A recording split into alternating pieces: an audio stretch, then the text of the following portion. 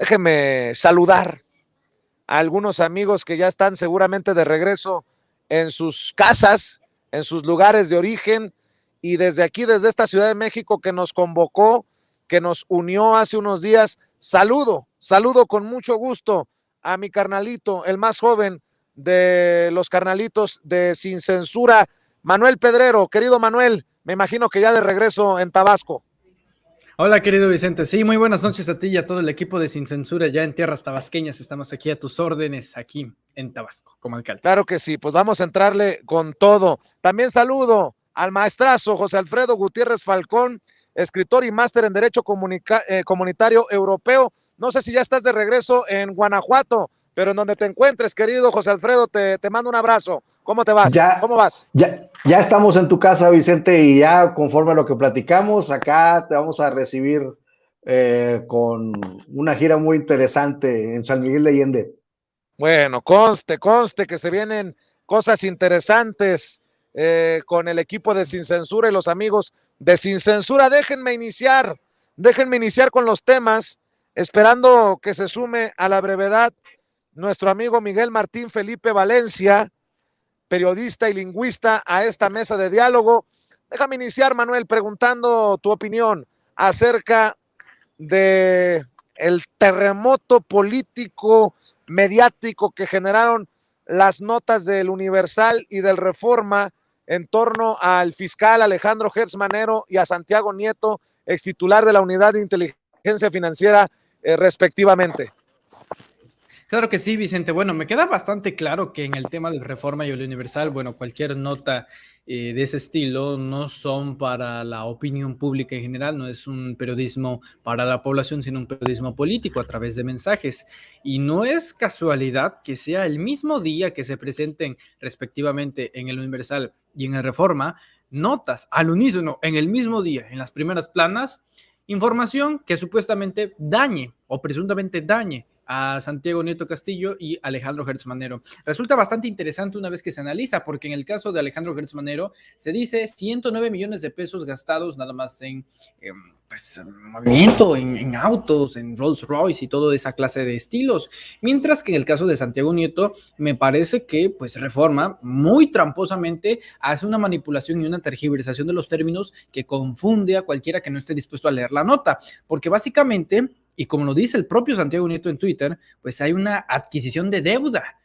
Si uno entiende la adquisición de deuda personal, es decir, si el banco me presta 20 pesos y luego lo gasto, bueno, eso en ningún momento puede pasar parte de tu patrimonio, porque esa deuda, ese dinero no es tuyo, es el que se adquirió para, en efecto, hacer la compra de determinados inmuebles, en este caso 3 propiedades que da a conocer el periódico Reforma. Así que me queda claro que sí hay una intencionalidad política de golpear a ambos personajes, pero aquí el problema no es a través de quién, no es independientemente del Reforma o del Universal, sino quiénes son quienes envían estas denuncias. En el caso de uno ya sabemos que es un anónimo, pero ¿quién? ¿Por qué el mismo día? ¿Por qué hoy? ¿Por qué justamente estos 2 caballeros? Y cada vez es que poco a poco se van diciendo más entre las lenguas que pues es entre unos y otros. Santiago Nieto supuestamente filtrando información a el Universal y viceversa, Gertz a Reforma. Pues no hay manera de comprobar esto, pero es uno de los rumores que se deben de poner ahí, que no hay que ponerlos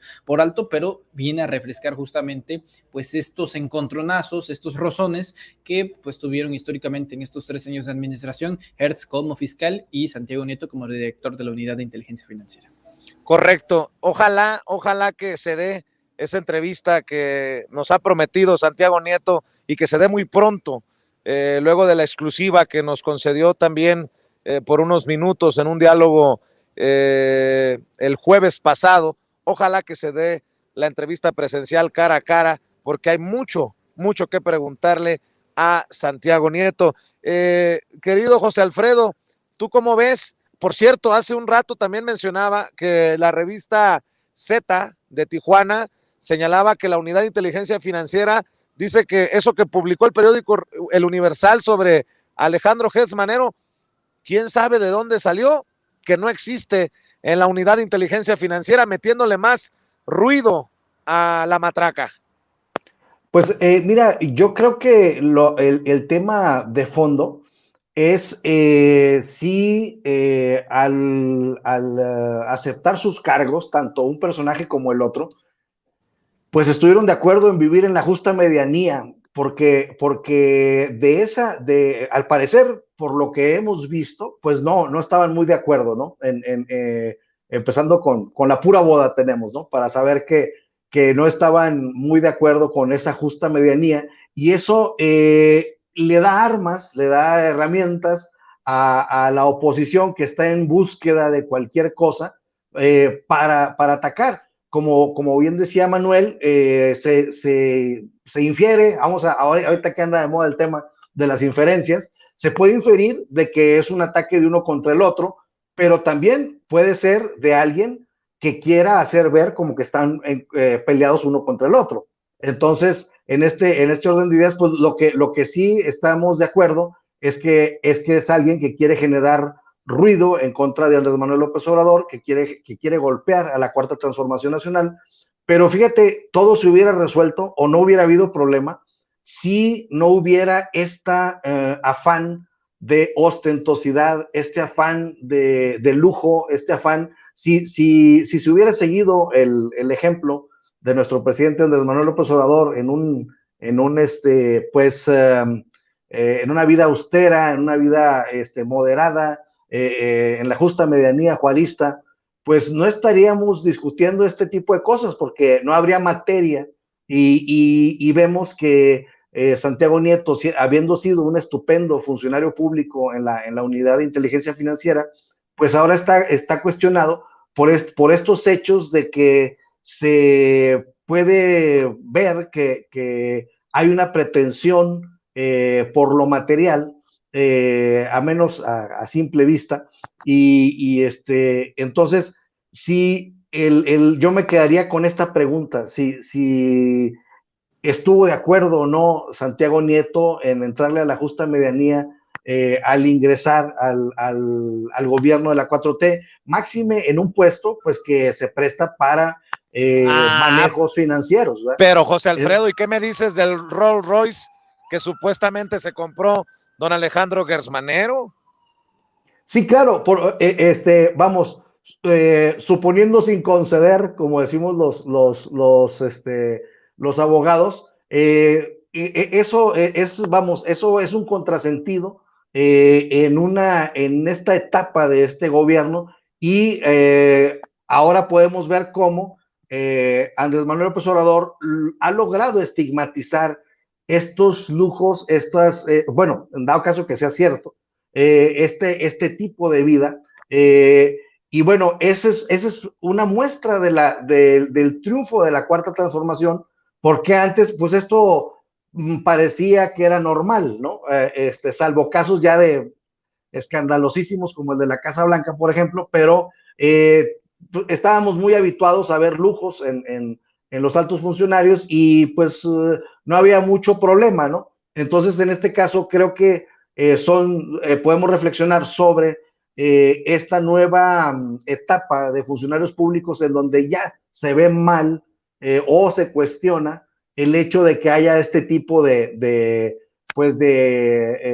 gastos suntuosos, ¿no? Entonces yo creo que podemos tener esa reflexión y ver cómo, pues, en contraparte se renuncia a Santiago Nieto y llega una persona totalmente austera, totalmente, pues que nunca le hemos notado ninguna pretensión material, que es Pablo Gómez, de tal suerte que además de lo eficaz que ha sido en temas, por ejemplo, en la percepción, en la investigación del FOBAPROA, pues ahora está dándonos un mensaje de austeridad, de sobriedad, de mesura, después de haber visto pues este tipo de información.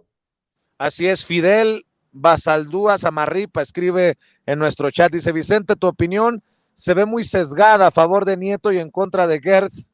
¿Qué dice?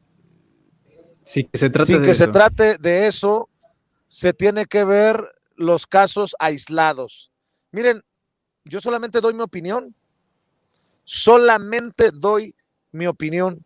Al final le corresponde a la autoridad correspondiente, ya sea la unidad de inteligencia financiera, ya sea el mismísimo presidente Andrés Manuel López Obrador, en algún momento admitir si se equivocó en incluir en la terna por Fiscalía General de la República a Alejandro Gertz Manero. Lo mío sigue siendo lo de siempre, mi opinión, y es punto y aparte. Déjenme saludar a Miguel Martín Felipe Valencia, nuestro querido Miguel Martín, quien ya está listo también para entrarle a la mesa de diálogo. ¿Cómo estás, querido Miguel?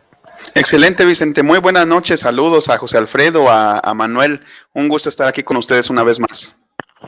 Oye, pues acá entre nos me da mucha risa también algunas de las opiniones que escucho. El entoloachado Santiago Nieto. Bueno, una cosa es estar enamorado, entoloachado, lo que ustedes quieran, y otra cosa es no dar la cara cuando se te señala de presuntas irregularidades. Y Santiago Nieto dio la cara. En el caso de Alejandro Gertz Manero, no dieron la cara en la Fiscalía General de la República y fue la unidad de inteligencia financiera la que dice que no hay tal información como la maneja el periódico El Universal. ¿Qué relajo se cargan? Pues es que se trata más bien, yo creo, como ya lo han hecho los compañeros, de buscarle puntos flacos al presidente. Si no son dentro de sí mismos, si no son dentro de su personalidad, dentro de su gestión, pues los van a buscar dentro de la gente que lo rodea para decir, ya vieron cómo si está, si es corruptible, ya vieron cómo si no predica con el ejemplo, cómo es un incongruente. Entonces, pues eso es lo que se está buscando. Es muy triste que totalmente se haya abandonado esa imagen de objetividad que durante tanto tiempo quisieron proyectar, que de todos modos pues estaba basada en el corporativismo, ¿no? Realmente pues no estaba basada en la labor social que cuando estudiamos periodismo nos dicen que tenemos que llevar a cabo, que tenemos que hacer una labor social, que tenemos que ayudar a la gente, y no quiere decir ayudar a la gente como se daba sus baños de pureza Claudio Asterisco González ahí con Loret, que decía que por que él no es un empresario, que es un filántropo. Bueno, pues nosotros tampoco nos vamos a dedicar a la filantropía, tampoco vamos a regalar lo que no tenemos, pero pues sí, nuestra labor social por lo menos debe ser hablar con la verdad, estar del lado de la verdad. Yo sé que eso de la verdad es muy relativo, pero pues en este contexto pues no nos hagamos tontos, sabemos de qué lado está la verdad y sabemos que estos periódicos, sobre todo Reforma y el Universal, pues no están del lado de la verdad, están del lado de su verdad, y su verdad es el dinero. Su verdad es simplemente el que pone la lana, es el corporativista que paga todo esto, que está gastando cantidades ingentes, que si fueran tan filántropos, pues esos millones ya los hubieran puesto para resolver cualquier catástrofe, cualquier, pues a lo mejor tragedia social de la que tanto se quejen y que dicen que el presidente nos está sumiendo en ella. Pero pues realmente el juego no es así, ¿no? El juego es apostarle a tumbar alfiles, a tumbar gente prominente, a, por ejemplo, hablar de que está entoloachado precisamente, bueno, o hacernos pensar, ¿no? Para que nosotros lo digamos, que está entoloachado Santiago Nieto, lo cual, por cierto, creo que es un poco machista, ¿no? El echarle la culpa a Carla Humphrey de todo lo que pasó, de lo de la boda, de lo del desaguisado, posteriormente la renuncia. Creo que la lectura debe ir un poco más allá. Y en cuanto a lo que estaban diciendo ustedes, sobre todo tú, Vicente y Manuel, pues yo creo que también es interesante cómo ya ni los políticos deben ser ostentosos, ya hasta un empresario se ve mal siendo ostentoso en México. En México creo que se van a extinguir en algún momento la revista Hola, la sección de sociales, la revista Caras, se van a extinguir, y creo que ese cambio de paradigma es bien interesante, porque ya va a ser grosero, ya va a ser insultante voltear a ver esa vida de realeza, esa vida de ostentosidad de las élites. Entonces ya ni siquiera está permitido moralmente en el ámbito empresarial ser ostentoso, y pues no está permitido tampoco obviamente pues en la función pública. Ahora yo creo que solo el tiempo va a decir realmente pues qué fue lo que hizo bien o hizo mal Santiago Nieto. Y como tú dices, se atreve a dar la cara, pero el que es un ostión totalmente, que no lo abre ni Dios, es Gertz Manero, y creo que así se la va a pasar el resto del sexenio. Oye, querido Miguel, qué chinga, con mucho respeto lo digo antes de ir a dar otra ronda de opiniones, qué chinga le pusiste a Joaquín López Dóriga con un tuit que subiste, lo voy a mencionar. Aquí donde está Miguel Martín Felipe. Déjame buscarte por aquí. Aquí está. Es que, compañeros, el que no cae resbala en las redes sociales, dice Miguel Martín Felipe Valencia. Hace varias décadas subieron a López Dóriga a un simulador para hacerlo creer que era periodista. La chingadera se descompuso y jamás pudo salir. Pero la chingadera a la que me refería era Joaquín. Oye, pues es que, ¿qué onda con el periodista que dice, subieron a un simulador al presidente? Eso era un montaje. Cabrón, qué pinche nivel de periodismo tan cabrón el que, nótese mi sarcasmo, el que maneja a López Dóriga, ¿eh? No, pues me la puso votando, yo tenía que dejársela a Caetano Veloso, muy costoso. Bueno, está bien, está bien. A ver, me está mandando información nuestro jefe de información, Mario Toledo. Si quieren lo seguimos comentando, Manuel Pedrero. Ejecutan orden de aprehensión contra Javier Duarte, el exgobernador de Veracruz, por desaparición forzada. Duarte actualmente se encuentra preso en el reclusorio norte. El gobierno de México ejecutó la orden de aprehensión en contra de Javier Duarte, conocido en las malditas redes sociales como Javidú, exgobernador de Veracruz, por su presunta responsabilidad en el delito de desaparición forzada. Duarte actualmente preso y de acuerdo con Animal Político, después de 3 años de litigio, el gobierno de México obtuvo de Guatemala la autorización para cumplimentar una orden de captura girada en contra de Duarte de Ochoa por su presunta responsabilidad en el delito de desaparición forzada. Según Animal Político, dicha autorización era necesaria, ya que el país centroamericano extraditó en 2017 al exgobernador veracruzano por delitos de corrupción y de acuerdo con el tratado firmado entre las dos naciones se requería obtener la luz verde para detenerlo o procesarlo por un delito distinto. Pues todo parece indicar que días más negros se vienen para Javier Duarte, el exgobernador de Veracruz, aquel que decía que en Veracruz nada más se robaban gansitos y frutsis, y acusado de inyectar agua oxigenada a niños con cáncer. De lo peor del priismo, del nuevo PRI que tanto promovía Peña Nieto, Manuel. 3.0, en versión actualizada. Es lo más pestilante, o sea, lo más terrible, hediondo, lo más funesto de política mexicana, la generación 2012-2018 que gobernó muchos estados priistas en este país. En el caso concreto de Javier Duarte, hace unas horas estaba recordando con mi querido Hans Salazar cómo había persecución de periodistas, de fotoperiodistas, el caso de Rubén Aguilar, que en paz descanse, Nadia Vera, activistas, cómo eran perseguidos.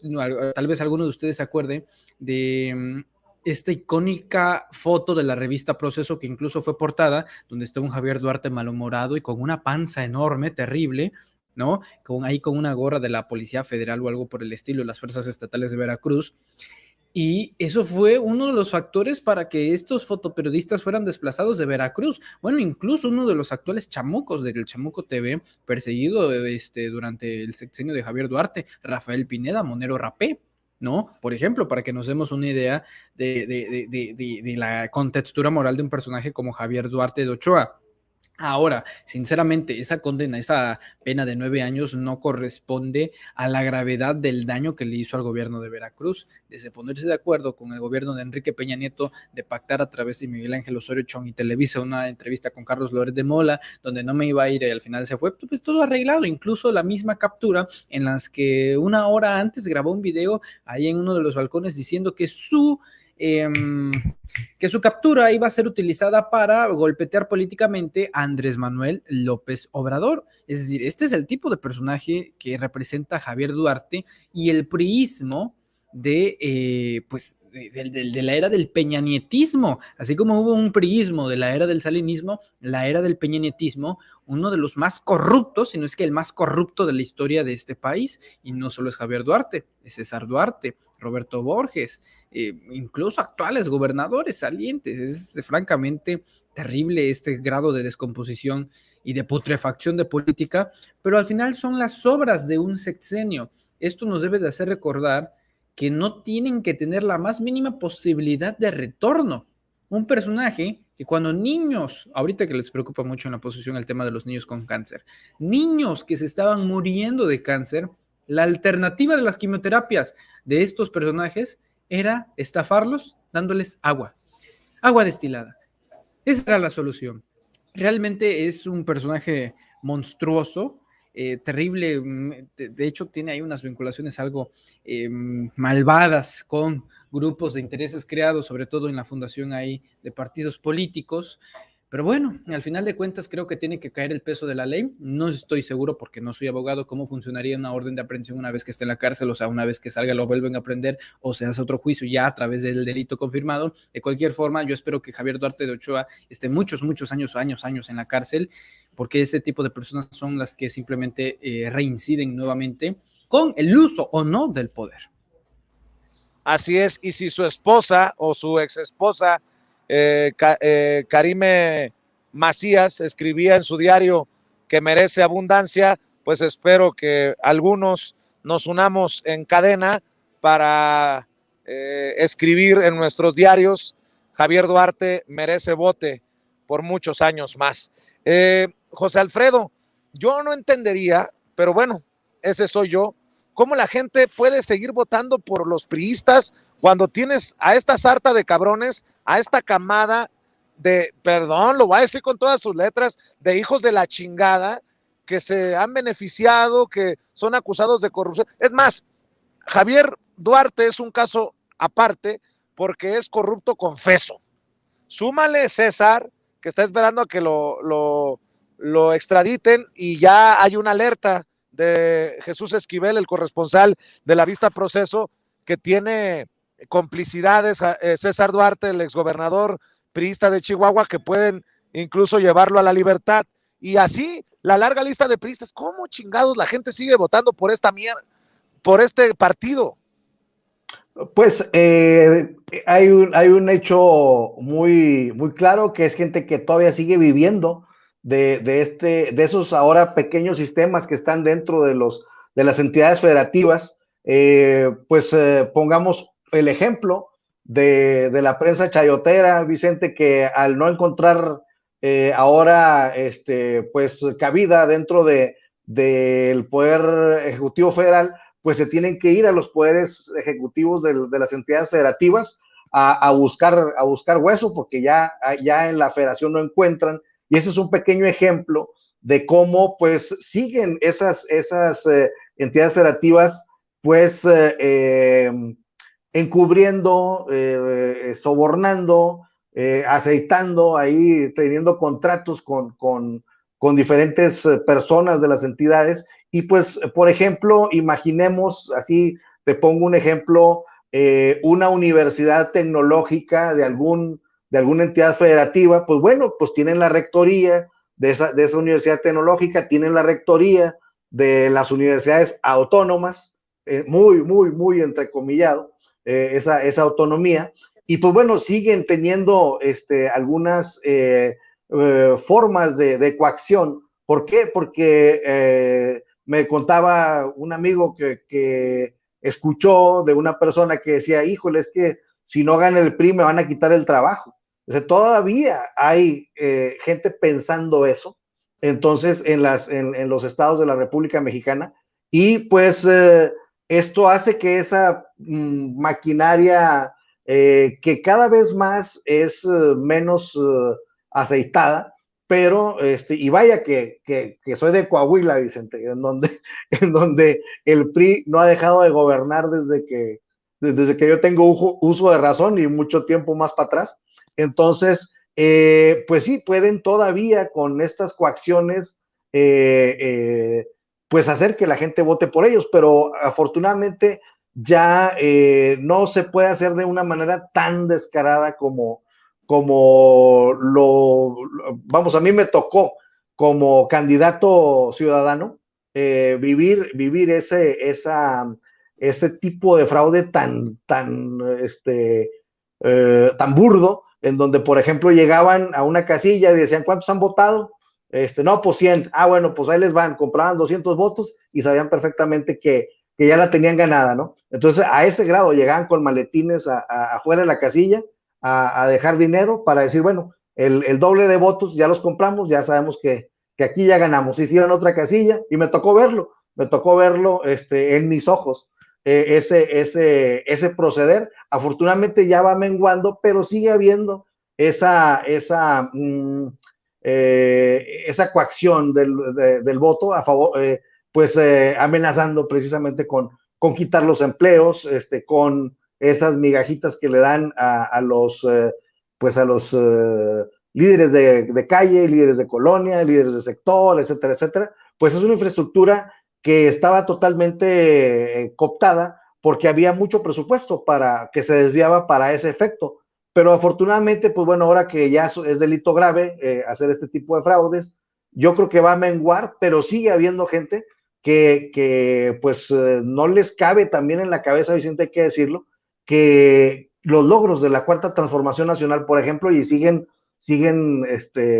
cerrados en su idiosincrasia y pues siguen apoyando a estos gobiernos porque pues bueno, dependen en cierta forma de ellos, y también pues interviene mucho el tema del clasismo, el tema del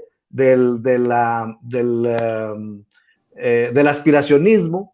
Y si me dejas ponerte un ejemplo, porque nuestro presidente Andrés Manuel López Obrador hace mucho énfasis, acá es el PAN, pero déjame te platico cómo está el clasismo ahí y el aspiracionismo en la colonia del Valle.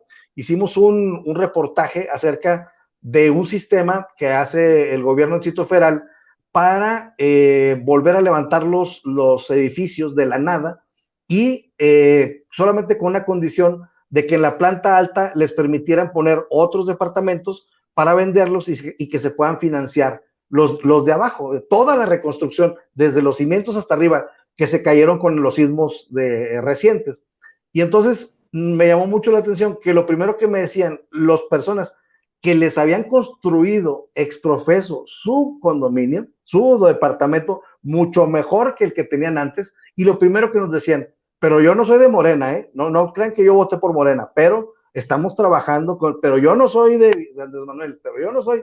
Entonces dije, o sea, uno dice, todavía que les hacen el edificio totalmente gratis, y todavía te dicen, pero yo no tengo nada que ver. Y eso nos ocurrió mucho en la Colonia del Valle, nomás para que veas, para responder tu pregunta del aspiracionismo que siempre habla el presidente, y que muchas veces ese pensamiento, como dice, hoy lo dijo en la mañanera, son millones. Afortunadamente va menguando esto, pero todavía hay millones, Vicente, que piensan de esa manera.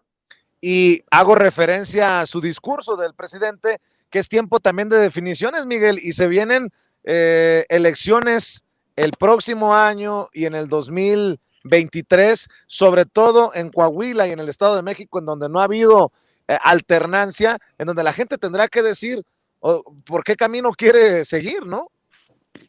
Pues yo creo que aquí en el Estado de México la asignatura pendiente es ya quitar al vampiro, o más bien, bueno, ya que se vaya y que no llegue, que no vuelva a llegar el PRI para nada. El PRI ha sido la gran tragedia del Estado de México, y creo que, pues ya lo he dicho muchas veces, hay muchos elementos que nos llevan a pensar que se robaron la elección, precisamente, pues en el 2000, fue 2015, me parece, ¿no? 2015, cuando se la robaron, 2017, sí, cuando se la robaron a Delfina Gómez. De hecho, hubo muchas prácticas documentadas que yo creo que la gente prefirió decir, bueno, pues mejor vámonos al 18, vamos a ganar en el 18, pero en el Estado de México hubo unas prácticas terribles del PRI que hablan yo creo que de una decadencia, de que ellos ya estaban conscientes de que era lo último que tenían para robar. Fíjate que lo veo así, de esta forma. Por ejemplo, en el régimen de la familia real, que es derrocada, la familia real rusa que es derrocada por el partido bolchevique en la revolución del 17, pues fíjate que ellos estaban tan desconectados del pueblo, tan fuera de la realidad, que ni siquiera hablaban ruso, hablaban puro francés entre ellos, y estaban eran tan crédulos y tan supersticiosos y tan fuera de la realidad que estaban en este sentido, que dejan entrar a alguien como Grigori Rasputin para que sea el consejero, un loco, totalmente un loco. O sea, eso me recuerda precisamente a lo de Karime Macías diciendo que merece abundancia.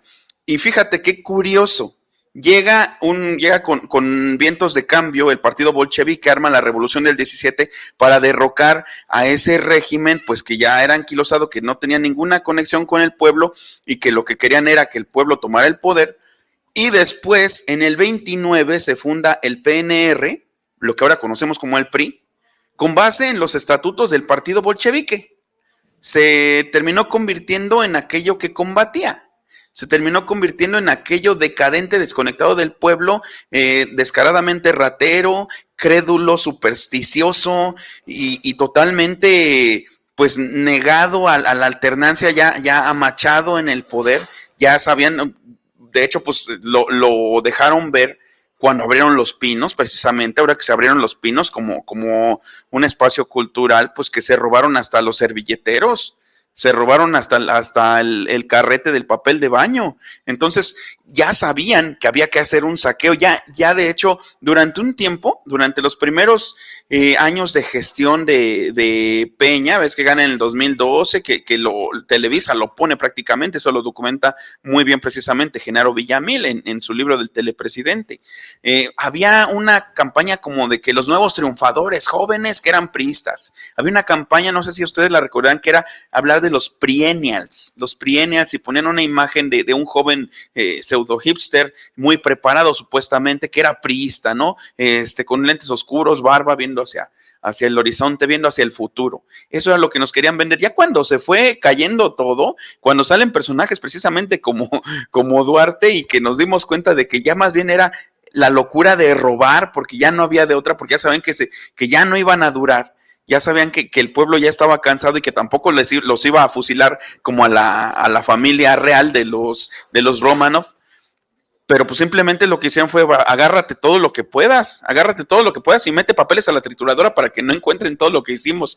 Y pues eso, afortunadamente creo que logramos como país, como movimiento, podríamos decirlo así, sin que necesariamente pues ninguno de nosotros o al menos yo no, y creo que tú no tampoco, Vicente, y los compañeros, pues metidos en las filas de Morena, ¿no? De lleno. Nosotros estamos aquí en esta lucha de las ideas por cuestiones muy personales, creo yo, y toda la gente lo está desde su trinchera, por cuestiones muy personales, y se ha definido, y eso es lo importante. Ya lo decía la vez pasada, dice Richard Kapuczynski, que no es este oficio, principalmente para los periodistas, para los comunicadores en general, no es oficio para cínicos. O te duele o no te duele el pueblo, o te duele o no te duele el saqueo, o te duele o no te duele la desigualdad. Entonces, como a nosotros sí nos duele, por eso aquí estamos.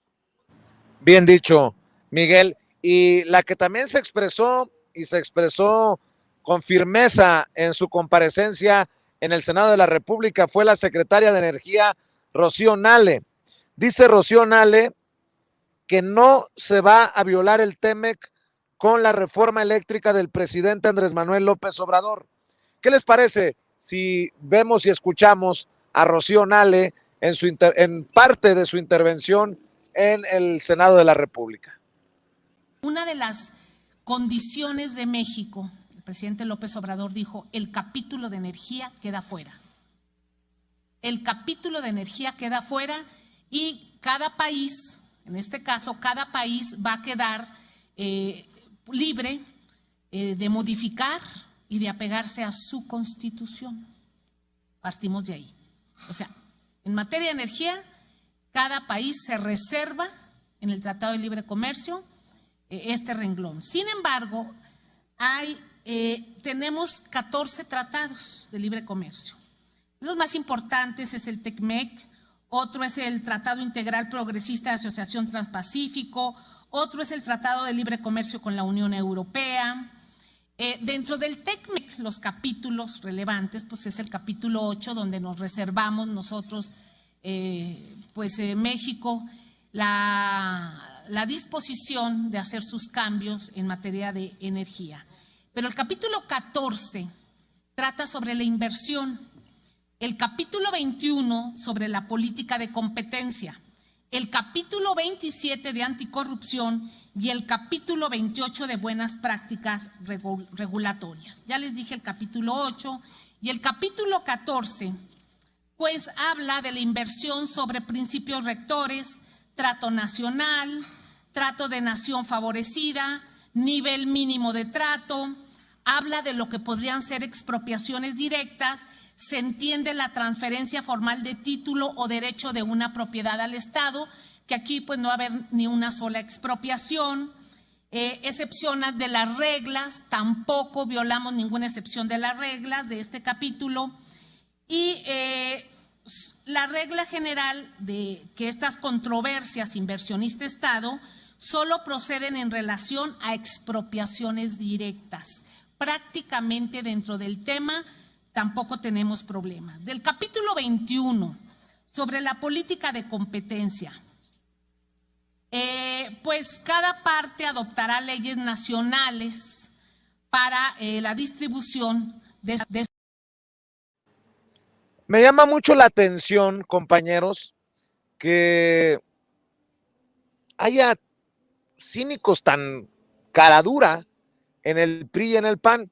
Hoy que compareció Rocío Nale, la secretaria de Energía, salieron priistas como Claudia Ruiz Massieu, quien fuera secretaria de Relaciones Exteriores con Enrique Peña Nieto, a decir que la reforma eléctrica de Andrés Manuel López Obrador implica energía cara y contaminante. Y por su parte, el senador Longaniza, el coordinador del PAN en el Senado, Julen Rementería, rechaza que con la reforma eléctrica de Andrés Manuel López Obrador se vayan a bajar las tarifas de luz en los hogares, cuando ellos prometieron precisamente eso con su reforma energética que aprobaron a punta de billetazos, de cayonazos. Estas son las declaraciones de Julen Rementería precisamente y las platicamos con mis compañeros.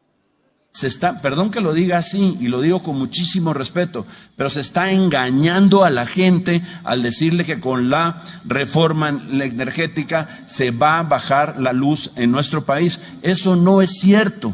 Hay que decirle a la gente la verdad, porque hemos dicho muchas cosas, que va a bajar el precio de la gasolina y no ha bajado, que el precio del gas se va a mantener y no se ha mantenido, que tantas cosas que se han contado que al final pues suena muy bien a la hora que las mencionan, a la hora que las ponen ahí, pero no resultan verdad.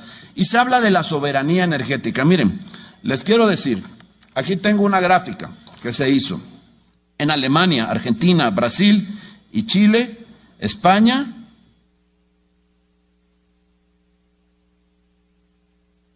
Estados Unidos, Francia y Reino Unido, prácticamente todo está concesionado. Todo lo pueden hacer las industrias, la industria privada, todo. Solo países como Corea del Sur y México son los que están fuera de esta matriz. Aquí está lo que es la generación, la transmisión, distribución y suministro. Y por ejemplo, ¿Alemania tiene algún problema de soberanía? Argentina, Estados Unidos, Chile. No, no es cierto. Entonces es un falso debate. La generación de la energía no tiene que ver con la soberanía. A mí me parece que son dos temas totalmente distintos. Y yo sí. Por favor, ya paremos esto. Déjame preguntarte, Manuel Pedrero, ¿cómo ves a estos que le van a entrar al debate de la reforma eléctrica a punta de mentiras? Porque ellos son los hipócritas, los cínicos, los sinvergüenzas, que no prometieron que con la reforma energética de Peña Nieto, esa que dice Emilio Lozoya, se aprobó a punta de sobornos. Se nos había dicho a los mexicanos de a pie que iba a bajar el precio de la electricidad. ¿Bajó? Ahora que este baboso diga que la reforma eléctrica del presidente Andrés Manuel López Obrador no va a bajar los precios, ¿con qué autoridad moral hablan? Pues se agradece bastante la intervención del profesor Girafales, pero la verdad es que es igual de útil que el PRD se cambie de izquierda a Partido Socialdemócrata, absolutamente nada. Ahorita que estaba dando la lista de los países, Alemania tiene independencia, tiene problemas de soberanía, Alemania, Estados Unidos. Qué bueno que citó a España, porque es el caso más emblemático que deberíamos utilizar en referencia en este tema de la reforma eléctrica en el plano internacional. En 3 años, en España ha subido 500% la luz.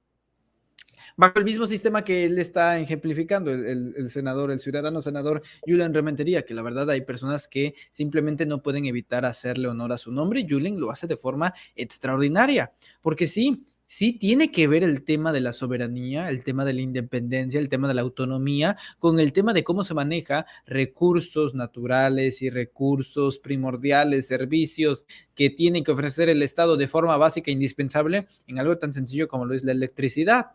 No se trata de que estemos en contra o a favor del libre mercado, de cómo operan los privados, porque ellos no salen de ese tema.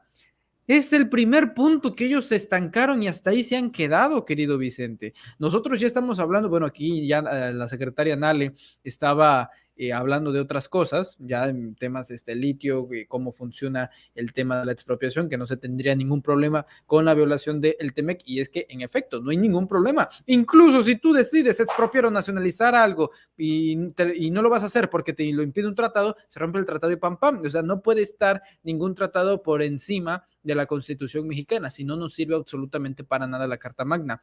Pero en el caso del debate de que si los privados y las concesiones, a ver, vamos a tener un dato bastante sencillo. ¿Qué es lo que está proponiendo la reforma eléctrica del presidente López Obrador? Una regularización. No queremos el 100% porque eso sería monopolio y en todo caso sería nacionalización.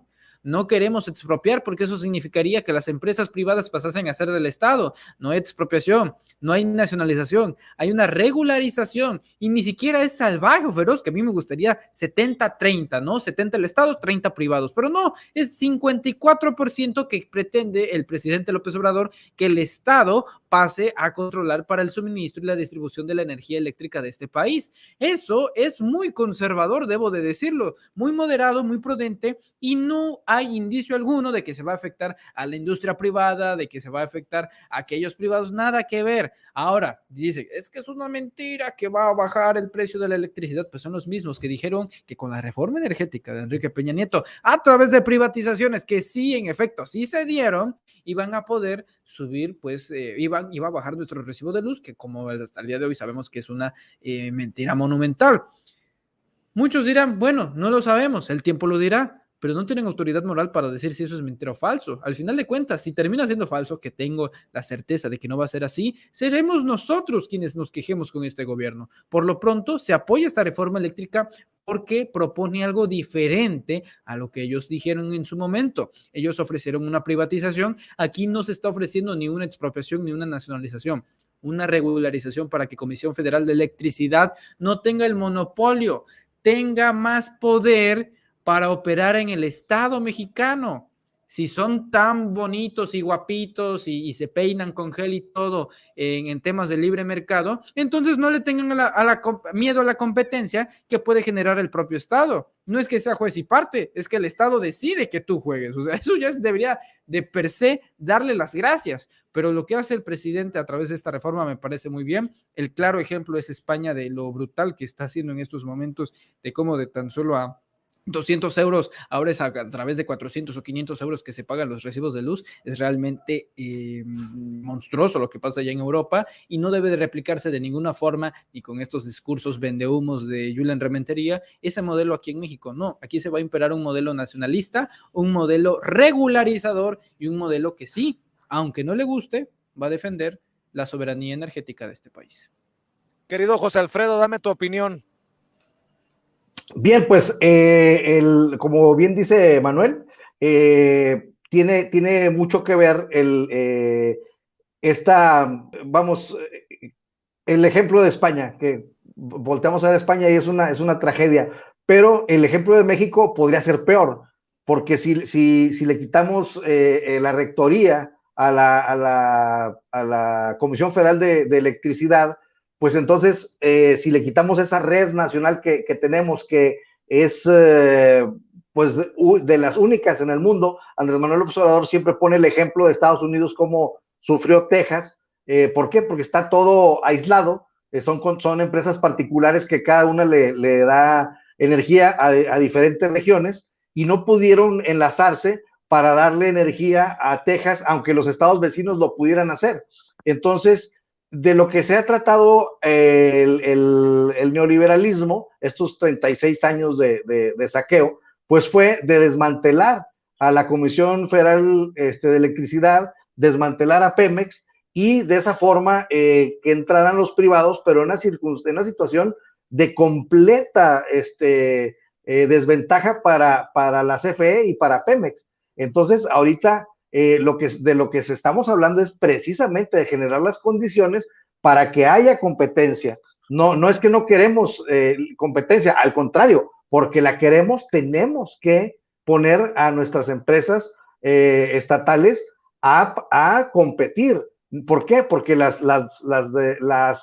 devastaron, las dejaron hechas pues mucha chatarra en muchas de las plantas, y luego pues ya no podíamos competir. Otra de las grandes mentiras con esta reforma es que ellos están a favor de las energías limpias, cuando la CFE produce gran parte de las energías limpias de México, y ellos con sus torres eólicas pues daban la pantalla de que ellos iban por las energías limpias. Tanto la energía solar como la eólica tiene ese lapso de tiempo en donde puede dejar de haber viento o puede dejar de haber sol, porque pues todos los días se hace de noche. Entonces tienen este vacío de generar electricidad, y entonces ellos suspenden su generación de energía, y entra la CFE a suplir, a reemplazar, que ellos no pueden estar generando electricidad, y siempre va a estar la CFE haciéndoles el favor a estas energías limpias. Y por ejemplo, las hidroeléctricas, que es la energía más limpia que existe, donde se genera electricidad por medio de la caída del agua, pues ahí siempre puede haber movimiento y siempre puede turbinarse la energía, pero resulta que las empresas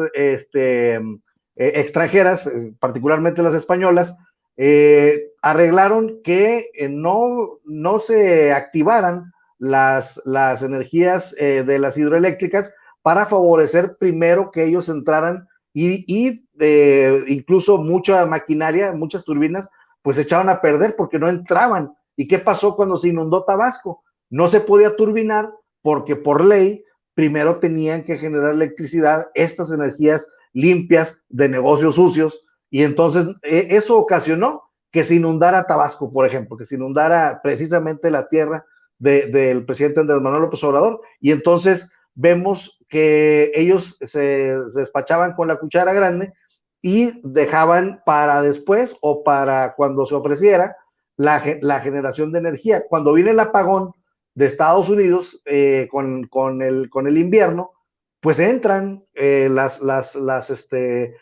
plantas de México, y en una semana resolvimos lo que no pudo resolver Texas en un mes, y nosotros sí podemos mandar energía desde Campeche hasta Coahuila, desde Sinaloa hasta Mérida. Entonces, ¿por qué? Porque está toda la red pues armada, y cosa que no sucede ni en el país más poderoso del mundo, que es Estados Unidos. Entonces, tenemos que defender esta riqueza que tenemos en infraestructura, porque no la tiene cualquiera, y ellos pues era lo que querían era pues echar a perder, desaparecer a la Comisión Federal de Electricidad. Incluso en Pemex, bien comenta el presidente Andrés Manuel López Obrador, que ya estaban vendiendo plantas dentro de las plantas de Pemex. Haz de cuenta que nada más hacían una barda con tela ciclónica, y decían, bueno, ahora te vendo esa partecita, y ya los empezaban a vender. Lo mismo estaban haciendo ya en la Comisión Federal de Electricidad. Entonces, pues bueno, se nos trató de vender mucho esa idea de que Andrés Manuel López Obrador apoyaba las energías sucias, y con eso nos querían llevar al baile, pero en realidad ya sabemos que en Sonora va a estar una planta grandísima solar. Ya sabemos que en la central de abastos de la Ciudad de México va a haber una planta, toda la azotea, por así decirlo, va a ser una pues una plataforma de paneles solares. Y pues ya sabemos que incluso hay un acuerdo con Canadá, ahora que estuvo Andrés Manuel López Obrador en Washington, con Canadá, para mejorar las hidroeléctricas. Y déjame poner el ejemplo de Noruega.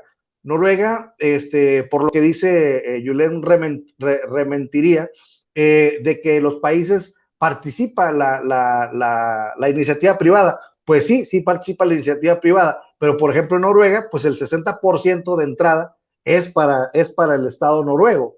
Y bueno, pues sí, pero ahí está muy bien, porque los particulares trabajan y le dan la mayor parte de la ganancia al Estado noruego.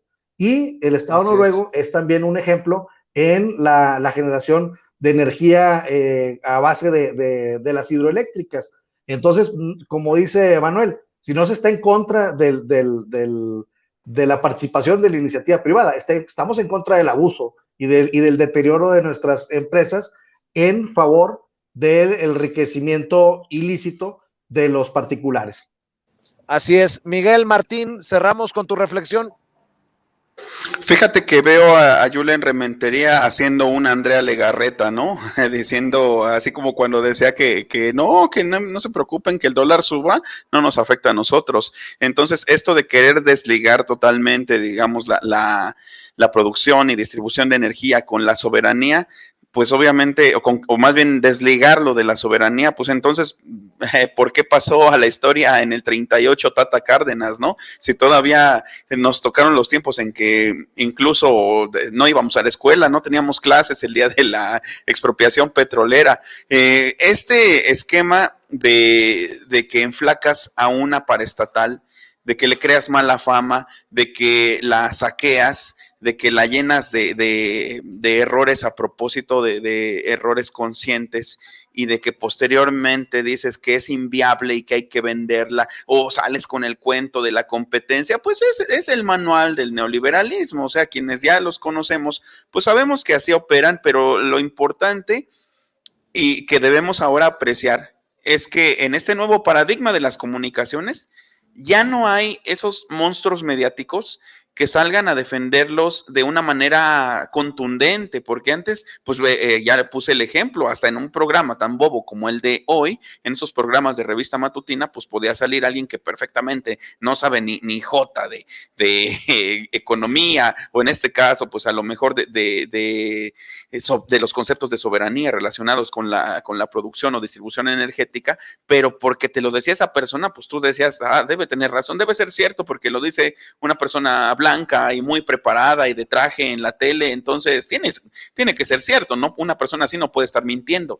El paradigma ha cambiado, ya tienen miedo de salir a decir estas cosas en los grandes foros, porque luego les va a caer todo el peso de, pues ya sea del pitorreo, ya sea de los datos para contrastar, o ya sea simplemente pues del hartazgo que hay de oír estas voces durante tantos años. Era lo mismo que querían hacer igualmente con la SEP. Cuando estuvieron pues siempre a los maestros haciéndolos ver como tontos. Acuérdate de ese pues también estúpido pseudo documental financiado por Claudio Asterisco González, que era el de Panzazo, me parece, ¿no? Con Carlos Loret de Mola, donde precisamente pues querían hacer ver que la educación en México era paupérrima gracias solo a los maestros, pero no al Estado que había dejado fenecer prácticamente esta institución. Lo mismo estaban haciendo con Pemex, lo mismo nos metieron la idea de que tenía que haber competencia, de que son infalibles las empresas extranjeras para sacar adelante a las paraestatales, Y era el cuento de siempre, o sea, la privatización velada, la privatización soterrada, que nada más nos quedáramos con el consuelito de que es nuestra la empresa, es nuestra la paraestatal, de que todavía hay soberanía, pero pues realmente estaba llena de niños ricos, estaba llena de recomendados, estaba llena de empresas extranjeras que hacían su agosto con base en los recursos que genuinamente pues sí nos pertenecen a los mexicanos, ¿no? Entonces creo que debemos celebrar que en este nuevo paradigma el debate va a ser igualitario entre las personas que creo que sí saben del tema y no vamos a tener todo este ruido mediático donde nos quieran convencer nuevamente de que las cosas van a estar bien con ellos, ¿no? Como ustedes bien ya lo dijeron, en su momento esa reforma aprobada con los sobornos de Odebrecht, pues fue el acabose casi para la industria energética mexicana, ¿no? Y es lo que tiene a muchos como nosotros, como yo, por ejemplo, pues pagando cantidades exorbitantes de luz. Y hay que señalar otra cosa también. Creo que a lo mejor, y se lo planteé en su momento a Adolfo Cerqueda, el que va a quedar como presidente municipal de Nesa, se lo planteé en su momento. ¿Qué va a hacer? ¿Qué se va a hacer cuando se logre transparentar todo con la gente que está integrando un movimiento llamado Yo No Pago Luz? Que ponen una manta en su casa y se resisten a pagar luz, de cierta manera motivados por el atropello de los altos costos o de los sobrecostos, pero que a fin de cuentas están de cierta manera fuera de la ley. Tendremos que reflexionar sobre esto cuando lleguemos al punto de transparentar todo y de que la reforma pase y se logren las cosas que en el papel se están prometiendo, que eso parecen halagüeñas. Entonces, pues vamos a ver qué sucede con este otro fenómeno que también es punzante, muy propio de los barrios populares. ¿Por qué no cerramos invitando a la gente, Miguel, para que te apoye en redes sociales, para que esté al pendiente de tus esfuerzos? Muchas gracias, querido Vicente y compañeros. Pues ya lo saben, estoy en mi canal Al Aire con Miguel Martín. Gracias al apoyo de todos ustedes, precisamente al apoyo del equipo de Sin Censura, de Regeneración, también de todos los compañeros, pues ya acabamos de llegar a los 5,000 suscriptores. Vamos por más, porque pues creo que tengo derecho, como cualquier otro periodista, a que mi voz se escuche más fuerte y más alto. Así que pues síganme en mi canal Al Aire con Miguel Martín, donde por cierto, esta noche tenemos reseña literaria sobre el libro Aura con Ramiro Padilla Tondo. Y pues también estoy escribiendo mi columna en Regeneración. Los domingos se está publicando mi columna de Regeneración. Lean la última, espero que les guste. También búsquenme ahí en Twitter para ver los catorrazos que a veces tanto suelto como recibo, porque ya sabes que a todos nos toca, como @MiguelMartinfe. Y en Facebook con mi nombre completo, Miguel Martín Felipe Valencia. Muchas gracias por la oportunidad, Vicente, y nos estamos viendo pronto porque estamos bien cerquita, ¿eh? Por ahí espera la sorpresa. Muy bien, ahí me mandas la Miguel señal, querido Miguel. José Alfredo, cerremos invitando también a la gente para que te apoye a ti. Gracias, Vicente. Pues estoy en Twitter como @Gutiérrez Falcón y en Facebook como J.A. Gutiérrez Falcón. Próximamente voy a estrenar plataforma Gutiérrez Falcón Media, ya mi página oficial ya está funcionando y pues bueno, vamos a echarle montón ahí en el YouTube, aprendiendo de ustedes como mis grandes maestros. Con mucho gusto y siempre cuentas con nosotros. José Alfredo, te mando un abrazo y querido Manuel, carnalito, cerremos contigo.